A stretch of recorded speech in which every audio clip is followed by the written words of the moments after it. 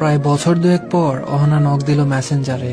ভালো মন্দ জিজ্ঞেস না করে সোজা জিজ্ঞাসা করলো, লন্ডনে কই থাকো তুমি, অ্যাড্রেস কি? রিপ্লাই দিলাম, কেন গিফট পাঠাবা নাকি? বলল, পাঠাইতেও তো পারি। অ্যাড্রেস দিয়ে টুকটাক কথা হলো, কেমন আছো, স্বামী বাচ্চারা কেমন আছে, এইসব আর কি। তার সাথে কথা বলার ঘন্টা দুয়েক পরেই দরজায় নক পড়লে দরজা খুলে দেখি অহনা। আমি স্বপ্ন দেখছি কিনা বুঝতে পারছি না, পেছনে তার বর আর বাচ্চা দুটো। আমি কি বলবো বুঝতেছি না, ঘরে চলে গিয়েছে মনে হচ্ছে। অহনা হাসি দিয়ে বলল, কি ভয় পাইছো? তার বরের সাথে হাত মিলিয়ে বাসার ভেতর নিয়ে আসলাম তাদের। আমি এখনো বুঝতে পারছি না হচ্ছেটা কি।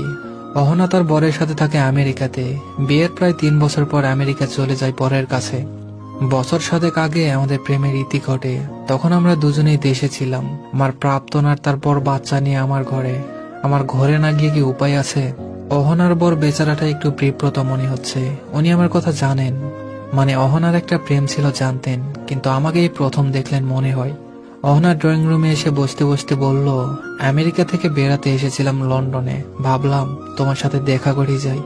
আজকের রাত তোমার এখানে খাবো, দেখি কেমন রান্না শিখেছো তুমি। আর বলল, একাই থাকো?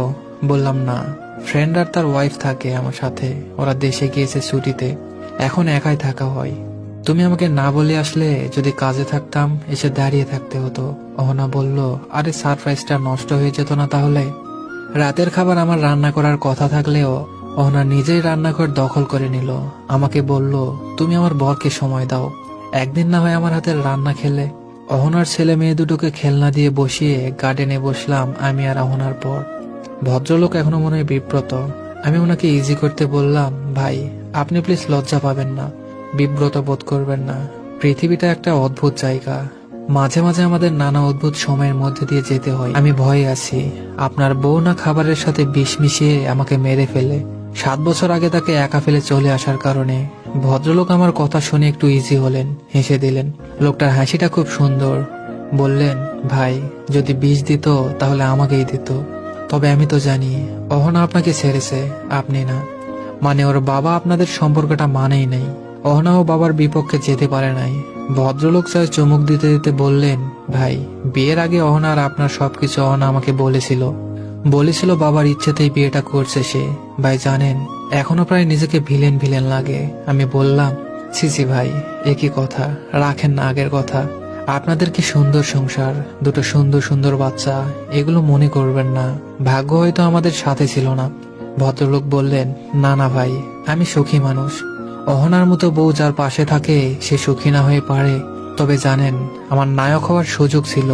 অহনা যখন আমার সাথে দেখা করে বলেছিল ওর প্রেম আছে, প্রচন্ড ভালোবাসে সে ছেলেটাকে, আমি বুঝতেছিলাম সে চাচ্ছে বিয়েটা ভেঙে দেই আমি না পারি নাই ভাই, অহনার মায়ায় পড়ি। আমার মনে হয়েছিল এই মেয়ের সাথে সংসার করতে না পারলে মরে যাব। আমি নায়ক হলে আজকে হয়তো আপনাদের সংসারটা হতো। অহনা বিয়ের পর আমাকে বলেছিল আমি একজনকে ভালোবাসতাম, হয়তো এখনো বাসি, তবে সেটার মানে এই না আমি সংসার করব না। তোমার প্রতি ভালোবাসাটা আসবে না বা কোনোভাবে তোমাকে ঠকাবো, এটা আমি কখনোই করব না। একজন স্ত্রী হিসাবে আমার সব দায়িত্ব আমি পালন করব। করেওছে মেয়েটা, করে যাচ্ছে। আমি ভীষণ সুখী একজন মানুষ ভাই। আমি জীবনে কোনো একটা বড় পুণ্য করেছিলাম বলেই মনে হয় এই মেয়েটাকে পেয়েছি। এটুকু বলতে বলতে ভদ্রলোক কেঁদে দিলেন। এবার আমি বিব্রত হলাম। ভদ্রলোক বললেন, ভাই আপনাকে একটা কথা জানাবো। অহনার বছরখানেক আগে ক্যান্সার ধরা পড়েছে, চিকিৎসা চলছে, কিন্তু খুব একটা লাভ হবে না। আপনি হয়তো জানেন আমি নিজেও ডাক্তার। আমি ভদ্রলোকের কথা শুনে কেমন জানি শূন্য হয়ে গেছে। উনি কি বলছেন এসব? ভদ্রলোক আবার বলা শুরু করলেন, ও খুব দ্রুত অসুস্থ হচ্ছে, লন্ডনে ঘুরতে আসার পাগলামি করে। আমাকে বলল, আমি কিছুদিন পরেই তো মারা যাব, আমাকে একটু লন্ডন ব্রিজ দেখিয়ে আনো। আমি পাগলামি প্রশ্রয় দিলাম, কিন্তু এখানে আসার পর জানলাম এখানে আসা শুধু আপনার সাথে একটাবার দেখা করার জন্য। লন্ডন ব্রিজ দেখে হোটেলে ফেরার পথে গাড়িতে আমাকে হাত ধরে বলল, জানো যেদিন রানার সাথে শেষ দেখা করি, পাগলের মতো চিৎকার করে কেঁদেছিল রানা। ধানমন্ডি লেকে একজন প্রেমিক তার প্রেমিকাকে জড়িয়ে ধরে চিৎকার করে কেঁদেছিল আর আকুতি মিনতি করে বলেছিল, আমাকে ছেড়ে যেও না প্লিজ, আমি তোমার বাবার পায়ে ধরে তোমাকে চাইবো, তোমার সুখের জন্য আমি সবকিছু করব, প্লিজ আমাকে ছেড়ে যেও না। নিষ্ঠুর আমি বলেছিলাম, আমার সুখের জন্য আমাকে ছেড়ে দাও তাহলে। আমাকে এই শেষ সময়টায় একটাবার রানার সাথে দেখা করতে দিবে? অহনার বর একটু থেমে বললেন, জানেন গত 7 বছর অহনা তার বাবার সাথে একটা শব্দও বলে নাই। একটা ওয়ার্ডও না। বলে আমার বাবা আমার সুখ চেয়েছেন, আমি সুখে আছি। জন্মদাতা বাবা আমাকে জন্মের অধিকার খাটিয়েছেন, মানুষ হিসাবে আমারও অধিকার আছে। তার সাথে কথা বলবো না বলবো না সেটার। এসব কাহিনীতে ভাই মাঝে মাঝে নিজেকে ভিলেন বলে মনে হয়। তবুও আমি স্রষ্টার কাছে কৃতজ্ঞ অহনার মতো একজন বউ পেয়ে। সে একজন স্ত্রী যেমন, তেমনি একজন প্রেমিক হারানো প্রেমিকাও। দুনিয়ায় আমার যত ক্ষমতা আছে আমি চেষ্টা করে যাব আমার অহনার সুস্থতার জন্য। তবু আমি জানি আমাকে হার মানতে হবে। আমি আর আমার অহনাকে পাশে পাবো না কখনোই। তবুও কত মিরাকেল হয় না ভাই, একটা মিরাকেল হোক। আমিও তো এই ফোন করেছি, অহনা সুস্থ হয়ে গেলে আমি তাকে বলবো তুমি আমাকে ছেড়ে যেতে পারো অহনা, তুমি যেখানে সুখে থাকবা সেখানেই যাও। তবুও তুমি বেঁচে থাকো, নিঃশ্বাস নাও। রান্নাঘর থেকে রহনা ডাক আসলো, আমাদের কথা বাধা বলল। ধানমন্ডি লেকে আমি আর রহনা প্রায় দেখা করতাম। সে প্রায় এটা সেটা রান্না করে নিয়ে আসতো আমার জন্য। তার মধ্যে তার হাতের গাজরের হালুয়া ছিল আমার সবচেয়ে প্রিয়।